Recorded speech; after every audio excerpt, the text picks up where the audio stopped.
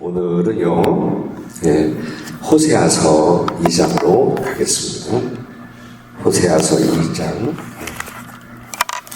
호세아서 2장 21절부터 마지막 23절까지를 함께 교독하겠습니다. 제가 먼저 21절을 여러분들께 묵독해 드리겠습니다. 21절입니다.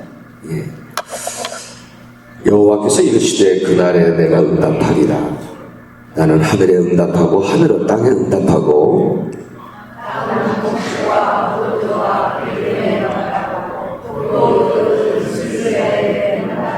우리 천천히 함께 읽을까요? 내가 나를 위하여 그를 이 땅에 심고 긍휼히 여김을 받지 못하였던 자를 긍휼히 여기며 내 백성이 아니었던 자에게 향하여 이르기를 너는 내 백성이라 하리니 그들은 이르기를 주는 내 하나님이시라 하리라 하시니라.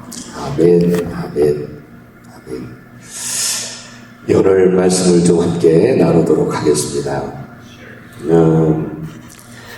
여러분, 우리 지난주 중에 우리가 그 통독 스케줄을 따라서 이 호세아서를 다 읽었어요.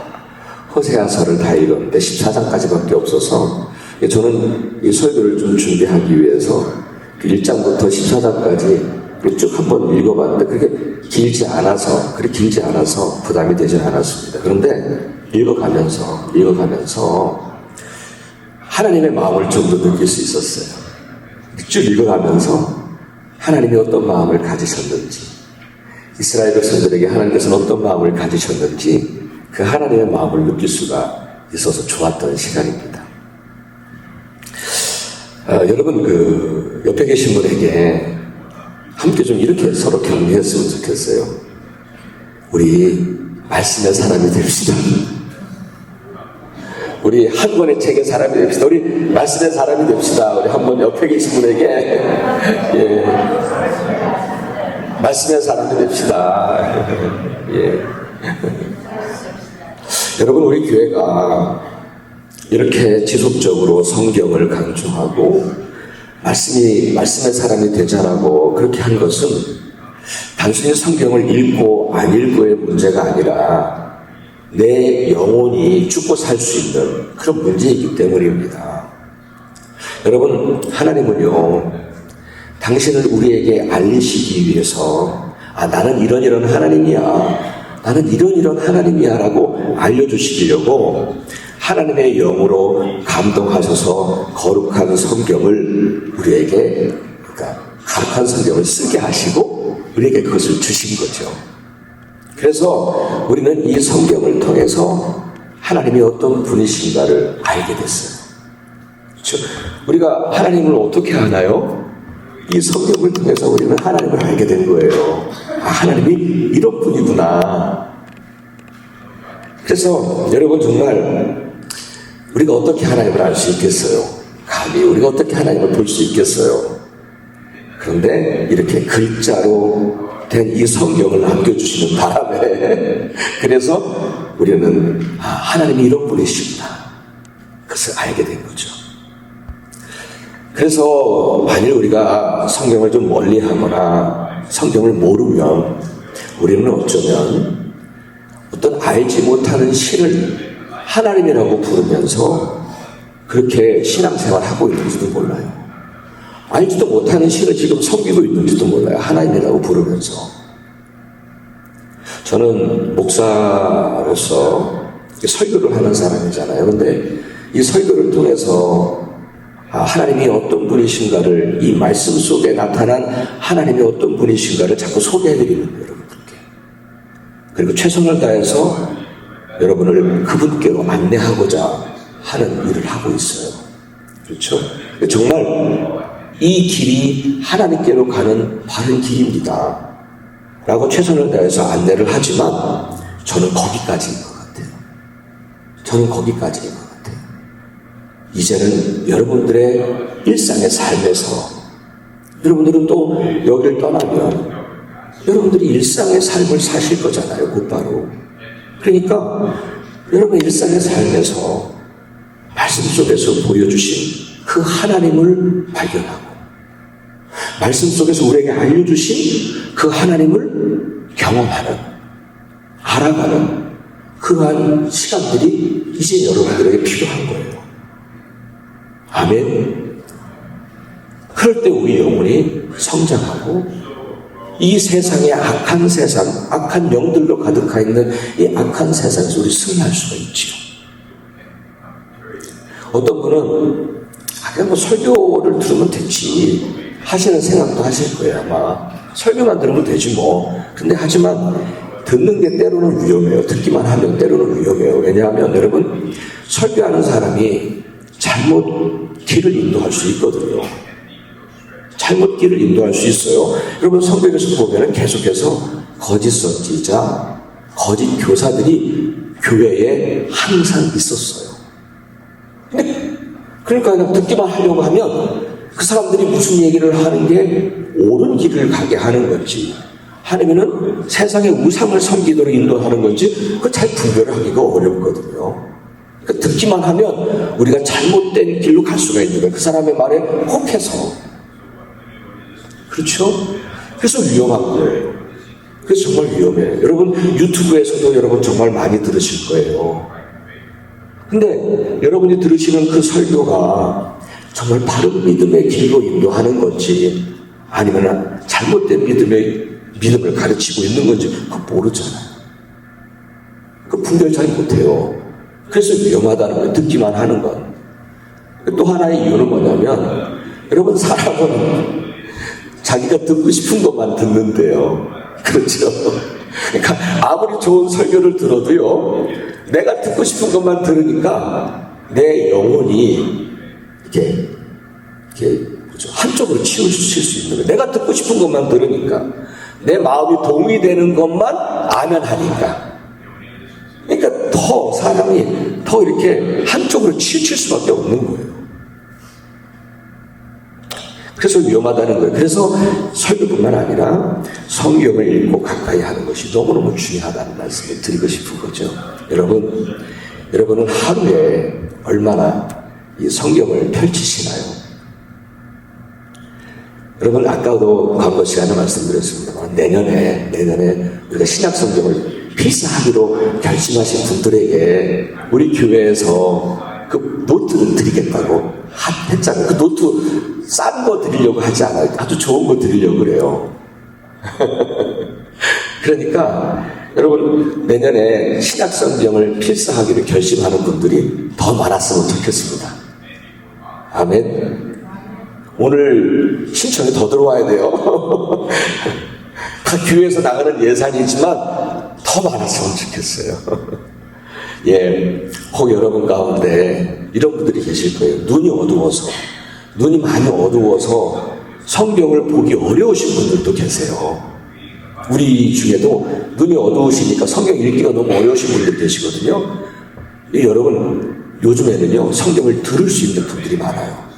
들을 수 있도록 하는 여러 가지 방법들이 있어요. 그러니까 성경을 읽기가 어려우시면 듣기라도 하시겠다고 하면 저한테 알려주세요. 제가 성경을 들을 수 있도록 도와드릴게요. 성경을 들을 수 있도록. 그러니까 왜 개역, 개정 성경도 있고 세번역 성경도 있고 계속 들을 수 있어요. 아니면은 차에 다니시면서 들을 수도 있고, 아니면 핸드폰을 가지고 들으실 수도 있고, 그런 분들을 알려드릴 테니까 저에게 말씀하시면 성경을 들을 수 있어요. 아유, 또 오늘도 또 목사 잔소리 하는구나. 또 잔소리 하는구나. 그렇게 생각하지 마시고, 우리가 그리스도인이기 때문에 너무도 중요하고 놓칠 수 없는 거잖아요. 우리가 알고 있는 하나님을 믿고 따라야 되잖아요. 그렇죠? 그러니까 그래서 오늘 서론을 대신해서 또 한 번 여러분들께 말씀을 드렸습니다. 말씀의 사람이 되시기를 간절히 바랍니다. 이제 본론으로 들어가겠습니다. 여러분, 우리가 앞서 이제 읽었던 예레미야서, 그 다음에 에스겔서 쭉 읽었는데요. 거기에서 보면은 예루살렘이 왜 망했는지에 대한 이유를 말합니다. 예루살렘이 왜 망했나? 근데 그게 겉으로 보여지는 어떤 사회적인 죄악들 혹은 정치적 실패들 때문이었다 그렇게 말하지 않습니다. 예루살렘이 망하고 이스라엘이 망했는데 그 이유가 어떤 정치적 실패가 아니라는 거예요. 예레미야나 에스겔에서 다시 이야기하는 것은, 계속해서 반복해서 이야기하는 것은 그보다 더 크고 근본적인 이유가 있었다는 거예요. 그것이 바로 뭐냐면 하나님을 배반했고 우상을 섬겼기 때문이다 라고 그 이유를 분명하게 말씀하세요. 하나님을 버리고 우상을 섬겼던 그 죄악 때문에 예루살렘 성전이 무너진 거고 이스라엘이 망한 것이다 라고 분명하게 말씀을 하셨어요. 제가 지난 10월 마지막 주일날에도 이 에스겔 본문을 우리가 설교를 하게 됐잖아요. 설교하면서 여러분들도 아마 들으셨잖아요. 우상에 대해서 말씀 많이 들었어요. 우상에 대한 말씀. 그런데 오늘 호세아서, 이 호세아서에서도 북이스라엘 나라가 망해가는 이유도 마찬가지였다는 거예요. 우상 숭배의 죄악 때문에 이 나라가 망했다는 거예요. 이 나라가 망했다는 거예요. 자, 그런데요 여러분, 이렇게 우상의 죄에 대해서 하나님께서 진노하셔서 하나님 심판하셨다는 거는 그런 메시지를 선포했다는 점에서는 다 같아요. 예레미야나 에스겔이나 호세아나 다 같아요. 근데 이 둘 사이에는 다시 말해서 예레미야와 에스겔 그리고 호세아 이 둘 사이에는 좀 그 메시지에 다른 점이 있어요. 똑같이 하나님께서 우상 숭배 죄악 때문에 심판하시겠다. 그것은 똑같은 건데 차이가 있어요. 어떤 차이가 있냐면 지금 말씀드릴게요. 예레미야나 에스겔의 경우는요, 우상 숭배 죄로 인해서 자기 민족이 망해가는 것을 보면서 가슴 아파하며 하나님의 심판을 선포했어요. 예레미야나 에스겔이나 그렇잖아요. 막 우상 숭배하는 그 자기 민족들이 망해가고 있는 거예요. 지금 그 모습을 보면서 가슴 아파하면서 하나님의 심판을 선포했는데 이 호세아는 그것과는 다른 아픔을 가지고 말씀을 선포해요.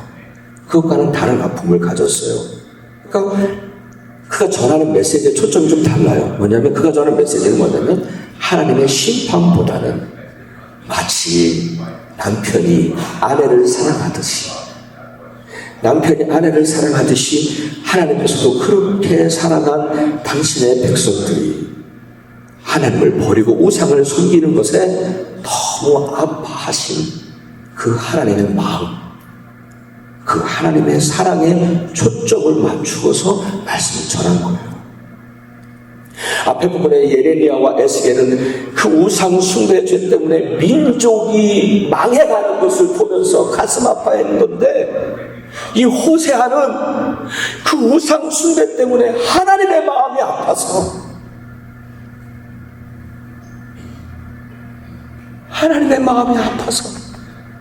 그 마음과 그 사랑을 전하며 하나님의 말씀을 전하는 것. 그래서 호세아서의 주제는요, 우상 숭배에 대한 하나님의 심판이라기보다는 우상 숭배의 죄를 버젓이 지금도 짓고 살고 있는 당신의 백성들을 향한 하나님의 가슴 아픈 사랑, 그것이라 할 수 있어요. 그렇죠? 하나님은요, 호세아를 통해서 이스라엘 백성들이 그 하나님의 마음을 좀 알기를, 그 하나님의 사랑을 좀 알기를 원하셨던 거예요. 그래요. 다른 선지자들은 하나님의 심판이 있을 거니까 너희들 우상 숭배하지 말고 돌아와, 그렇게 선포했다면 이 호세아 선지자는 우상을 섬기는 이스라엘 백성들에게 하나님의 그 가슴 아픈 사랑을 전해주면서 이제 돌아오라. 더 이상 우상에 가지 말고 이제 돌아오라. 내가 너희를 이렇게 사랑한단다. 그러니 제발 아침 구름 같고 휘 사라지는 이슬 같고 광풍에 날리는 쭉정이 같고 굴뚝에 나는 연기 같은 우상 앞에 그 헛되고 허탈한 우상을 버리고 나에게로 돌아오라. 나에게로 돌아오라. 그 가슴 아픈 우리 하나님의 마음과 사랑을 전한 거예요. 호세아는. 그래서 하나님은요, 호세아에게 그 사명을 주시면서 호세아도 그 하나님의 마음을 알아야 전할 거 아니에요. 그 하나님의 마음을 알아야 제대로 전할 수 있을 거 아니에요. 그래서 하나님은 호세아 선지자에게 명령을 하시기를 너 가서 음란한 여인을 네 아내로 삼아. 그렇게 명령을 하세요. 그래서 그 명령을 따라 여러분 잘 알고 계시죠? 누구를 아내로 맞이하죠? 고멜을. 음란한 여인 고멜을 자기 아내로 맞아서 결혼을 하고 그리고 그렇게 둘이 서로 사랑하다가 자녀들도 셋이나 낳았어요. 자녀들도 셋이 낳았어요.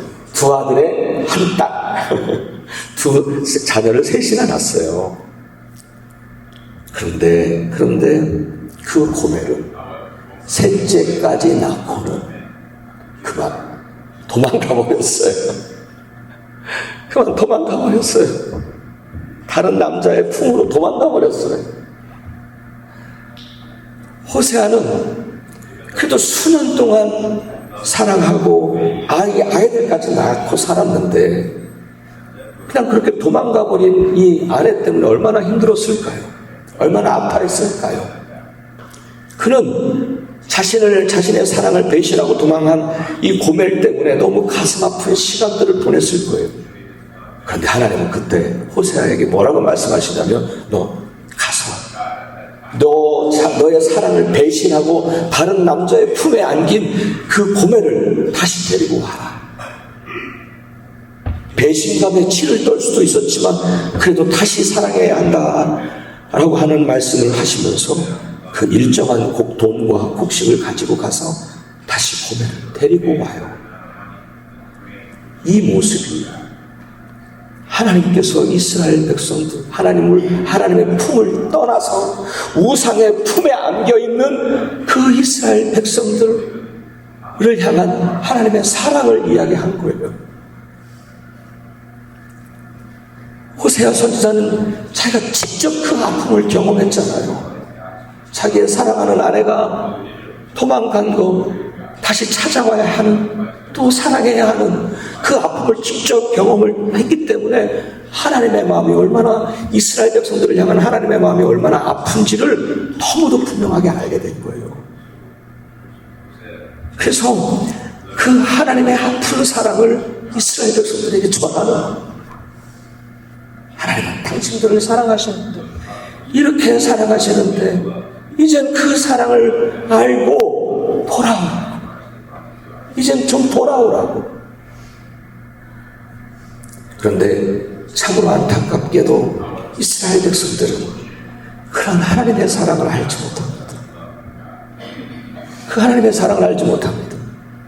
그저 민족 종교니까, 유대교 민족 종교니까 태어날 때부터 늘 똑같이 해왔던 대로 그냥 절기를 따라서 제사 드리러 가고, 예루살렘 성전에 올라가고, 거기다가 제사 드리고, 그렇게 형식적인 신앙을 생활을 했던 거예요. 형식적인 신앙 늘 해왔던 대로. 그래서 성전에서는 형식적인 제사를 드렸지만 바깥에 나가서는 세상의 우상들을 따라가고, 바깥에 나가서는 세상의 우상들을 섬기면서 그렇게 두 마음을 가지고 살았던 거예요. 두 마음을 가지고 살았어요. 근데 만약 그들이 정말 하나님의 사랑, 그 깊은 사랑을 알았다면, 하나님께서 자기들을 그렇게 사랑하시는 그 깊은 사랑을 알았다면, 물론 그래도 죄는 지었겠지요. 하지만 적어도 하나님을 배반하지는 않았습니다. 그렇게 살아가는 것을 알았다면 적어도 우상에 빠지지는 않았을 거예요. 하나님은 이런 모습을, 이스라엘 백성들의 모습을 보면서 4장 6절에서 이렇게 한탄하십니다. 너희가 나를 알지 못해서 망하는구나. 하나님께서 얼마나 사랑하셨는지, 얼마나 살아가시는지를 알지 못해서 너희는 이렇게 망해가는구나. 여러분, 그래서 호세아 곳곳에 보면은요, 호세아서를 쭉 읽다 보면 곳곳에 하나님께서 당신의 백성을 얼마나 사랑하시는지를 계속 말씀하시고 계세요.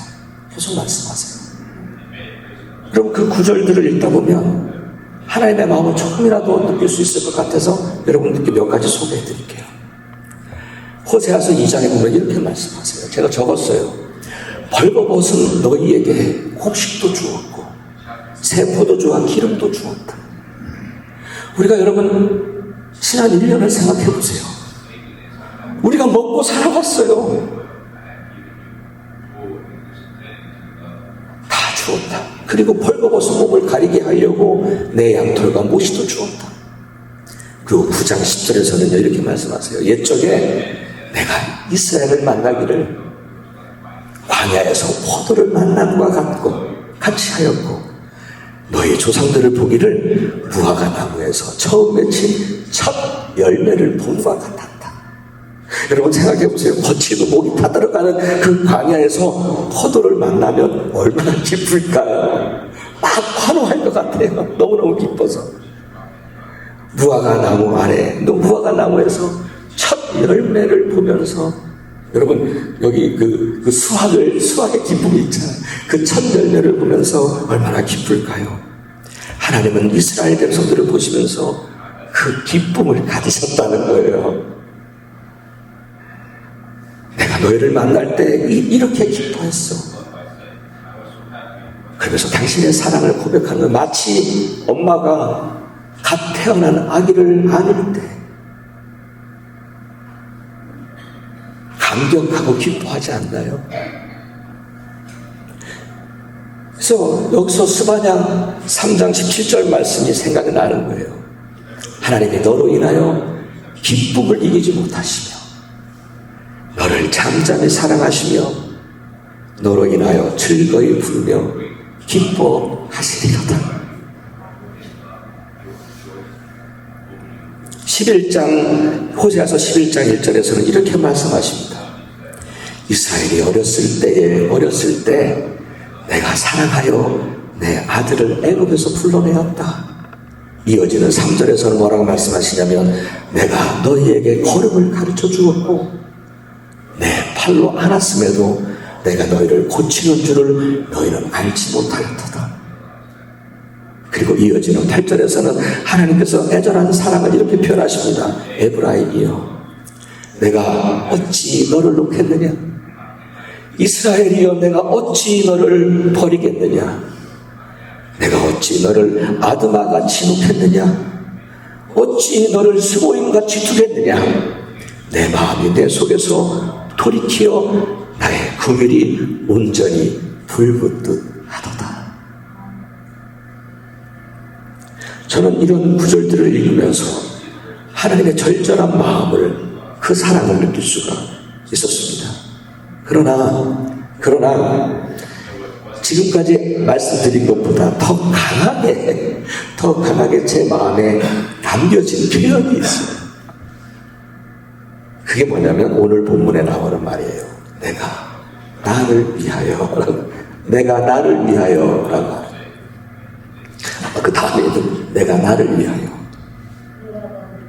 예, 내가 나를 위하여. 이 표현이 저한테 강하게 남았어요.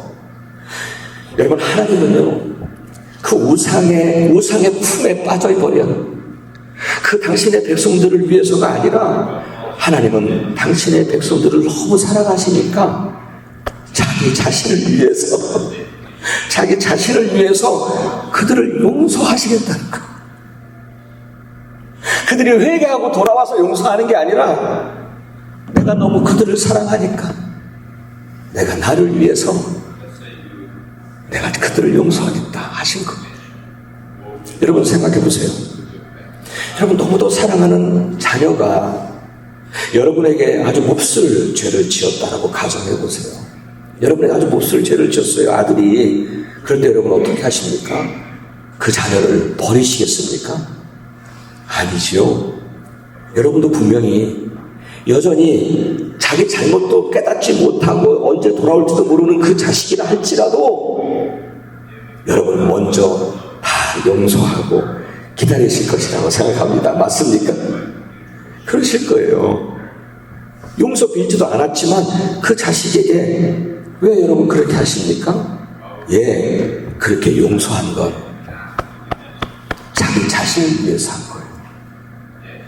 용서하지 않으면 내가 너무 괴로우니까, 내가 내 사랑하는 아들을 용서하지 않으면 내가 너무 괴로우니까 용서.